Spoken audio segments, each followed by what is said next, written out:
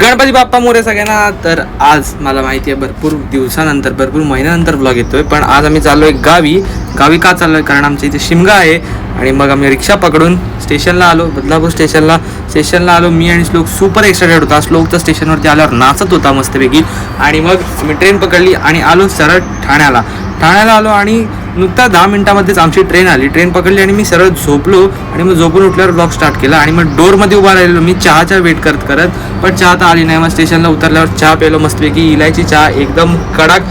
पूर्ण झोप होती ती उडाली होती माझी. आणि मग घरी जाऊन फ्रेश होऊन गंधर्वसोबत सगळ्यात पहिले खेळायला गेलो गंधर्वसोबत खेळलो. आणि मग जेवण वगैरे आम्ही फ्रेश होऊन परत वरती देवळाकडे जायला निघालो. देवळाकडे गेलो, एवढी मस्त डेकोरेशन केलं होतं, मला तर बाबा भरपूर आवडलं. आणि मग तिकडे लावणीचा कार्यक्रम होता आणि तुम्ही आमचा हा दाऊजीचं मंदिर बघू शकता, एकदम मस्त डेकोरेशन होतं. आणि मग रात्री आम्ही 2:30 वाजता आलो आणि आजचा ब्लॉग मी इथेच एंड करतो.